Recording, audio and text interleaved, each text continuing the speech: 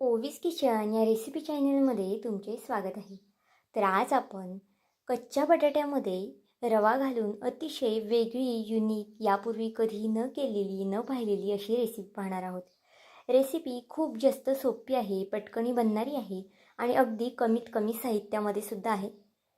जी recipe आपण बनवत आहोत ना, त्या रेसिपीचं साहित्य तुमच्या घरात नक्कीच असणार आहे आणि हा पदार्थ तुम्ही व्हिडिओ पाहिल्या लगेच बनवाल, कारण की खूप जास्त अप्रतिम ही रेसिपी तयार होते. तर चला, थोडाही वेळ न घालवता लगेच रेसिपीला सुरुवात करूया. त्याआधी आपल्याला इथे एक बटाटा लागणार आहे.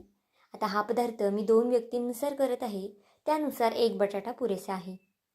आता बटाट्याची इथे मी साल काढून घेतलेला आहे. कच्चाच बटाटा वापरायचा आहे. साल काढून झाल्यानंतर बटाटा आपल्याला छान असा बारीक किसणीने किसून घ्यायचा आहे. जर तुमच्याकडे बारीक किसणी नसेल तर तुम्ही जाड किसणीने किसला ना तरीसुद्धा चालणार आहे. तर बघा, छान असा बारीक बटाटा मी किसून घेतलेला आहे. आता हा बटाटा आपल्याला स्वच्छ 1 ते 2 पाण्याने धुवून घ्यायचा आहे. बटाटा नेहमी किसल्यानंतर स्वच्छ असा 1 ते 2 पाण्याने धुतला ना, म्हणजे बटाटा छान पांढरशुभ्र निघतो. तर बघा, आता इथे मी बटाटा छान असा धुवून घेते. बटाटा धुतल्यानंतर त्याच्यातलं आपल्याला अगदी मुठीने पिळून असं पाणी काढून घ्यायचं आहे. अजिबातच बटाट्यामध्ये पाणी वगैरे राहिलं नाही पाहिजे. तर इथे बघा, छान असं मी व्यवस्थित मुठीने निथळून पाणी काढून घेतलेलं आहे आणि एका प्लेटमध्ये बटाटा काढून घेतलेला आहे. आता यासाठी आपल्याला एक छोटी वाटी बारीक रवा लागणार आहे. जर बारीक रवा नसेल तर त्याऐवजी तुम्ही जाड रवा वापरला ना तरीसुद्धा चालणार आहे. आता इथे थोडीशी आपण कोथिंबीर चिरून घेऊया. या पदार्थाला कोथिंबीर नक्कीच घाला, कारण की कोथिंबीरने या पदार्थाची चव जी आहे ना ती अजून जास्त दुप्पट होते. आता इथे मी सुरुवातीलाच तुम्हाला सांगते, आपण इथे कोणतेही वड्या करत नाही, मेंदूवडे करत नाही किंवा मग धपाटे, थालीपीठं, उपमा अशी कोणतीही रेसिपी करत नाही. रेसिपी खूप जास्त वेगळी आहे, युनिक आहे, त्यामुळे नक्कीच व्हिडिओ शेवटपर्यंत पहा. तर इथे बघा, कोथिंबीर छान बारीक कट करून घेतलेली आहे. त्याचबरोबर इथे मी पोपटी मिरच्या घेतलेल्या आहेत 3 ते 4, त्यासुद्धा एकदम बारीक अशा कट करून घेतलेल्या आहेत. आता हा पदार्थ जर तुम्ही लहान मुलांसाठी देणार असाल ना, तर मिरचीचं प्रमाण तुम्ही तुमच्या आवडीनुसार कमी जास्त करू शकता. एक कढई तापत ठेवलेली आहे. कढईमध्ये 1 पळी इतपत तेल घालून घेतलेलं आहे. तेल तापलं की त्यामध्ये 1 चमचा मोहरी, 1 चमचा जिरे घालून घ्यायचं आहे.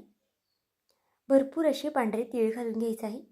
आता थंडीचं वातावरण आहे, त्यामुळे तीळ हे आवर्जून घाला, कारण की तीळ खाल्ले तर शरीरासाठी सुद्धा चांगलेच असते.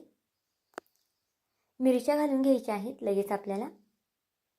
अशा पद्धतीने मिरच्या कट करून घातल्या ना की त्या दाताखाली आल्या ना की खायलासुद्धा छान लागतात. तर बघा, आता हिरवी मिरचीसुद्धा इथे तेलावरती मी छान अशी परतून घेणार आहे. हिरवी मिरची परतल्यानंतर यामध्ये आपण कोथिंबीर घालून घेऊया फोडणीलाच, आणि जो बटाटा आपण किसून घेतला होता ना तो घालून घ्यायचा आहे.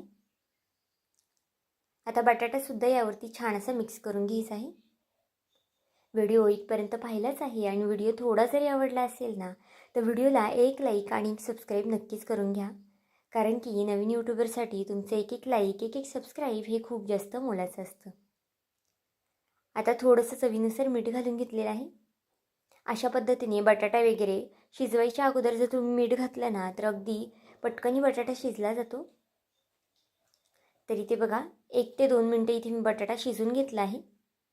आता यामध्ये पाणी घालून घ्यायचं आहे. आता पाणी जर तुम्ही 1 वाटी रवा घेतला असेल ना तर त्याच्या 1.5 पट तुम्हाला, म्हणजे 1 वाटी रव्याला 1.5 वाटी तुम्हाला पाणी घालायचं आहे. तर इथे बघा, पाण्याला छान अशी उकळी काढून घ्यायची आहे आपल्याला. फास्ट गॅसवरतीच उकळी काढली ना की पटकन उकळी येते. आता पाण्याला उकळी आली की यामध्ये आपल्याला अगदी थोडा थोडा करून रवा घालायचा आहे. लक्षात घ्या, रवा एकदम असा वाटीने ओतू नका. व्हिडिओत दाखवते ना त्या पद्धतीने अगदी थोडा थोडा करून रवा घाला, म्हणजे जी रेसिपी आहे ना ती तुमची अगदी परफेक्ट होईल, फसणार वगैरे अजिबात नाही आणि रव्याच्या गुठळ्यासुद्धा होणार नाही. गॅसची फ्लेम अगदी स्लो ठेवायची आहे रवा टाकताना आपल्याला. अजिबातच फास्ट वगैरे गॅस करू नका, नाहीतर मग रवा पटकनी पाणी पिऊन घेईल आणि अगदी कोरडा पडेल. तर इथे बघा, व्हिडिओत दाखवते त्या पद्धतीने अगदी थोडा थोडा रवा मी घालून घेते. रेसिपी खूप जास्त सोपी आहे, अगदी झटपट बनणारी आहे आणि हे साहित्य नक्कीच तुमच्यासुद्धा घरामध्ये अवेलेबल असणार आहे. त्यामुळे नक्कीच एकदा हा पदार्थ करून बघा. मुलांनाच काय मोठ्यांनासुद्धा अगदी आवडेल. आणि पाहुणेरावळे आले ना तर नक्की आवर्जून करा, कारण की ते तुमचे कौतुक केल्याशिवाय राहणार नाही. तर बघा सगळा रवा इथे मी घालून घेतलेला आहे आणि छान असं स्लो गॅसवरतीच मिक्स करून घ्यायचं आहे. गॅस कुठेही फास्ट करू नका, नाहीतर मग रवा आहे ना तो खाली अगदी पटकनी चिटकून जाईल. पाण्याचं प्रमाण फक्त व्यवस्थित ठेवा, म्हणजे जे आपलं बॅटर आहे ना ते अगदी परफेक्ट असं होईल. पातळ वगैरे सुद्धा होणार नाही आणि जास्त घट्टसुद्धा होणार नाही. आता हे मिक्स करून झालेलं आहे.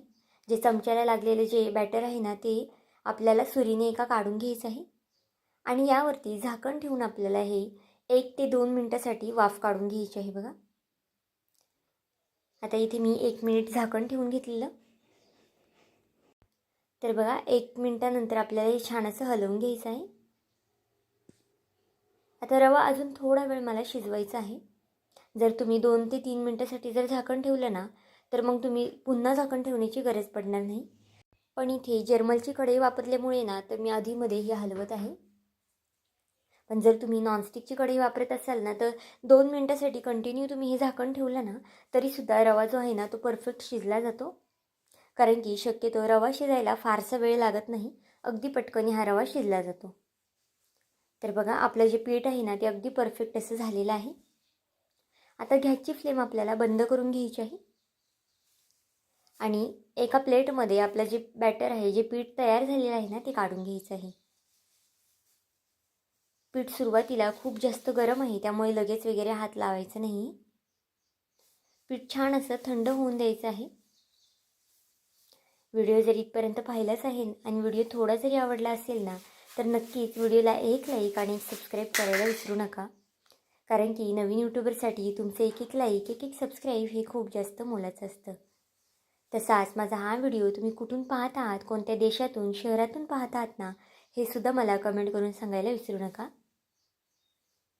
तर बघा अशा पद्धतीने थोडंसं इथे मी मोकळं करून घेते हे, म्हणजे पीठ आहे ना ते अगदी पटकनी थंड होईल. तर इथे बघा छान असं कोमटसर झालं ना तरच आपल्याला हात लावायचा आहे, नाहीतर मग हात भाजू शकतो. तर इथे बघा पीठ थोडंसं कोमट झालेलं आहे. जास्तसुद्धा थंड वगैरे करायचं नाही. थोडंसं कोमट झालं ना की आपल्याला लगेच याचे गोळे करून घ्यायचे आहेत बघा. आता तुम्ही याला ना तुमच्या आवडीनुसार आकार देऊ शकता, पण इथे मी बघा सिलेंडर शेपचा आकार देते.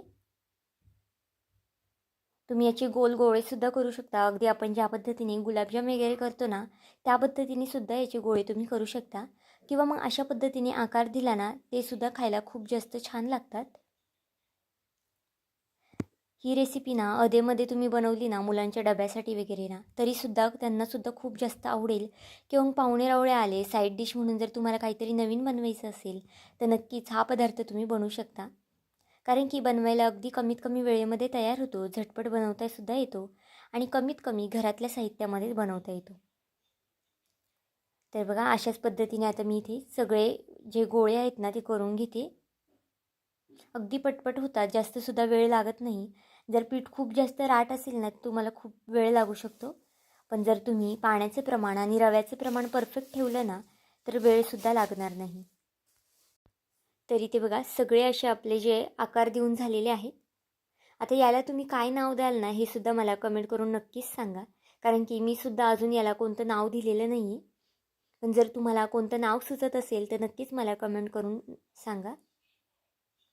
फक्त 1 वाटी रव्यामध्ये भरपूर असे हे बाईट्स तयार झालेले आहेत.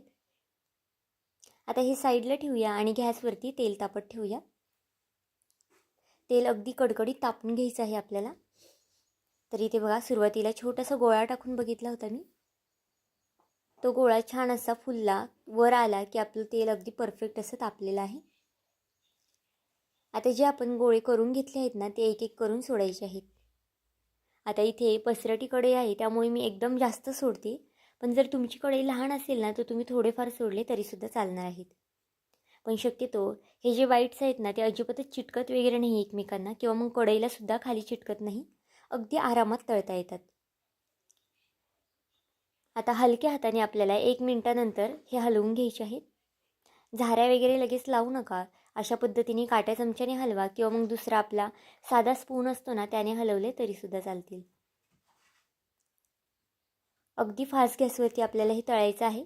गॅस कुठेही स्लो करू नका, नाहीतर मग तुमची रेसिपी पूर्ण फसून जाईल. कारण की तुम्ही जर गॅस स्लो केला तर हे एकदम तेल पितील आणि अगदी मऊसूत पडतील. त्यामुळे कंटिन्यू आपल्याला फास्ट गॅसवरतीच हे तळून घ्यायचे आहेत. तर बघा, छान असा सोनेरी रंग येतोपर्यंत याला तळून घ्यायचं आहे. 1-3 मिनटं तरी याला लागतात तळण्यासाठी. तर आता बघा, सतत हलवत मी छान अशी गोल्डन रंग येतोपर्यंत हे तळून घेतलेले आहेत. असाच गोल्डन रंग आला ना तरच हे छान असे क्रिस्पी होतात वरनं आणि आतून म्हणाल तर अगदी जाळीदार आणि कुरकुरीत होतात. तुम्ही याचा रंगसुद्धा पाहूच शकता, अगदी छान असं दिसत आहे. आपण हॉटेलमध्ये सुद्धा कधी कधी स्टार्टर वगैरे मागवतो, पण अगदी अशा पद्धतीने घरच्या घरी नक्कीच एकदा हा स्टार्टर करून बघा. पाहुणेरावळे आले ना तर नक्कीच आवर्जून करा, कारण की ते सुद्धा अगदी आवडीने हा पदार्थ खातील. तर इथे बघा, जी दुसरी बॅच राहिली होती ना तीसुद्धा इथे मी तळून घेते. असाच गोल्डन रंग येतोपर्यंतच तळायचं आहे, नाहीतर मग जे बाईट्स आहेत ना ते अगदी नरम पडतील, मऊ पडतील. आता हा पदार्थ तुम्ही नुसता खाल्ला ना तरीसुद्धा अगदी अप्रतिम लागतो. तर बघा, याचा आवाज तुम्ही ऐकूच शकता, किती जास्त कुरकुरीत हे झालेले आहेत. तुम्ही चटणीसोबत खा किंवा मग टोमॅटो केचपसोबतसुद्धा मुलांना देऊ शकता, मेयोनीजसोबत देऊ शकता, कशासोबतही खाल्ले ना तरी अप्रतिमच लागतात.